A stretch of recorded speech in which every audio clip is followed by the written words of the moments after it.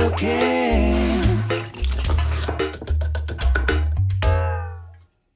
Salut à tous, on se retrouve aujourd'hui pour une nouvelle vidéo de cuisine. Aujourd'hui on va faire un dessert. On va faire des crèmes catalanes, donc un dessert catalan, avec de l'anis, avec de la cannelle, avec plein de bonnes choses dedans. Vous allez voir, vous allez adorer, j'en suis certain. Je vous montre ça tout de suite, alors bienvenue dans ma cuisine.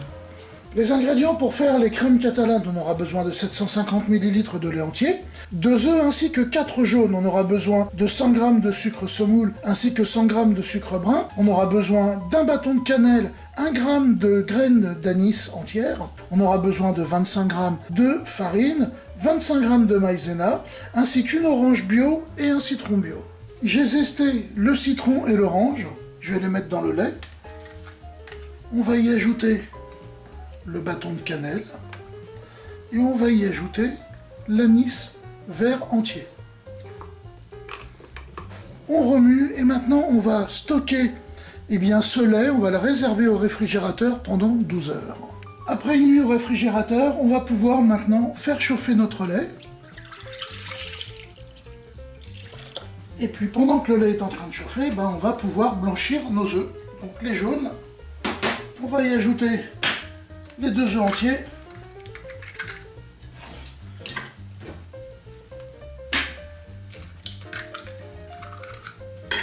Et j'ajoute le sucre semoule. Et on va bien remuer le tout.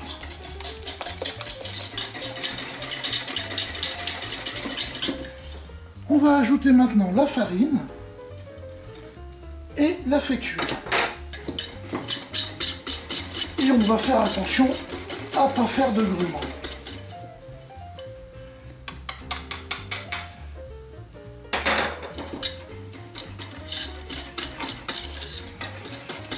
On va attendre que le lait ait fini de chauffer et puis on pourra mélanger nos deux appareils. Le lait commence à bouillir, je le sors du feu et je vais le passer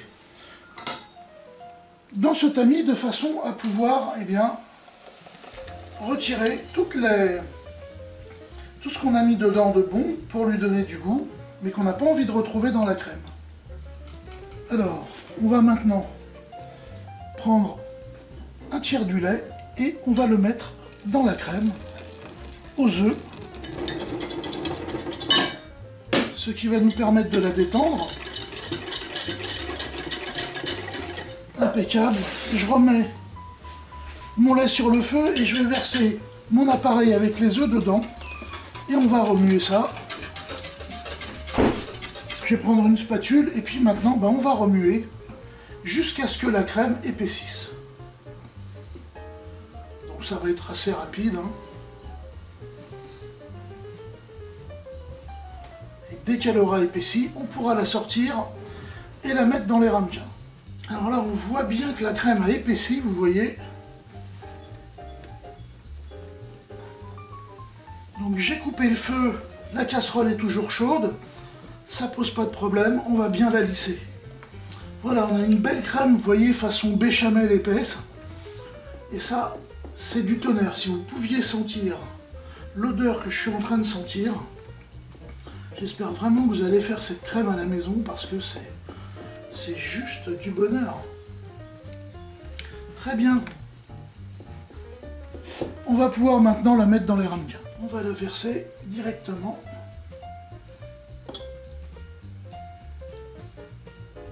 Donc voilà, avec la quantité de crème qu'on a travaillé, on aurait pu en faire 7. Vous voyez, il m'en reste une, mais j'ai pas le ramequin, mais c'est pas grave. Donc maintenant, ce qu'on va faire, c'est qu'on va mettre au minimum 2 heures au frigo ces crèmes, de façon à ce qu'elles prennent bien. L'idéal étant de les laisser la nuit. Les crèmes catalanes ont bien refroidi au frigo, je les ai laissées 6 heures. Et là, c'est pas mal du tout, elles sont parfaites. Donc il nous reste à disposer dessus du sucre cassonade. Là, en l'occurrence, c'est du muscovado. Donc c'est un super sucre qui est plein d'arômes et que l'on va brûler sur nos crèmes pour leur donner ce petit côté caramélisé typique de ce genre de dessert. Voilà, j'ai disposé le sucre sur nos crèmes. Et maintenant, on va prendre un petit chalumeau. Alors l'idéal, c'est d'avoir le petit outil, vous savez, qui a la taille exacte de ramequin et qu'on va faire chauffer pendant des heures pour arriver au même résultat. Donc on va le faire au chalumeau. Et là on va venir chauffer le sucre, toute la surface de notre crème. Donc c'est pour ça qu'elle doit être froide. Parce que sinon, eh bien, elle va cuire en dessous encore alors que elle ne doit pas. Là, on a une odeur là dans la cuisine, c'est vraiment génial. Il faut vraiment s'assurer que le sucre soit brûlé de partout, mais pas uniquement à certains endroits. C'est pour ça que je repasse une deuxième fois. Impeccable. Et en plus, j'ai pas foutu le feu à la cuisine. Génial.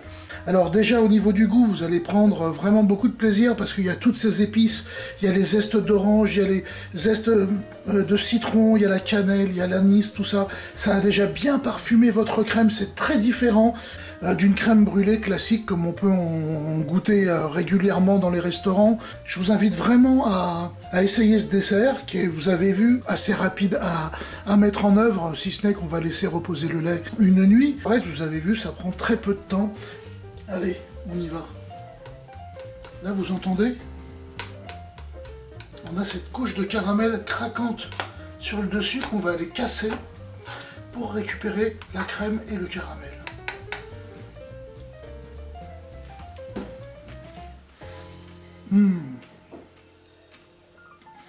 C'est vraiment tip top. Hein. Il y a un petit côté saveur de pain d'épices là-dedans, avec la cannelle, l'anis et les zestes d'agrumes. C'est vraiment très fort, hein, cette crème.